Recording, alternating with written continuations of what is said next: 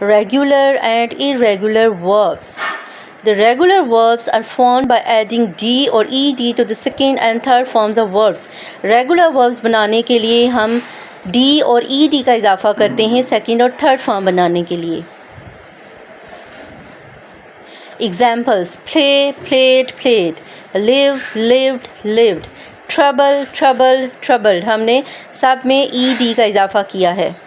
तो डी और E D का इजाफा जब करते हैं तो रेगुलर वर्ब्स हैं. ये सारे रेगुलर वर्ब्स हैं. Irregular verbs don't follow specific pattern to form second and third forms of verbs. Irregular verbs D और ई डी वाला पैटर्न फॉलो नहीं करते.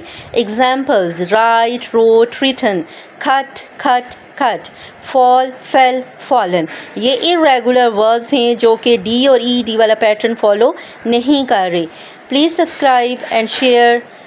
If you want to learn more, visit my YouTube channel Learn English with Fatima.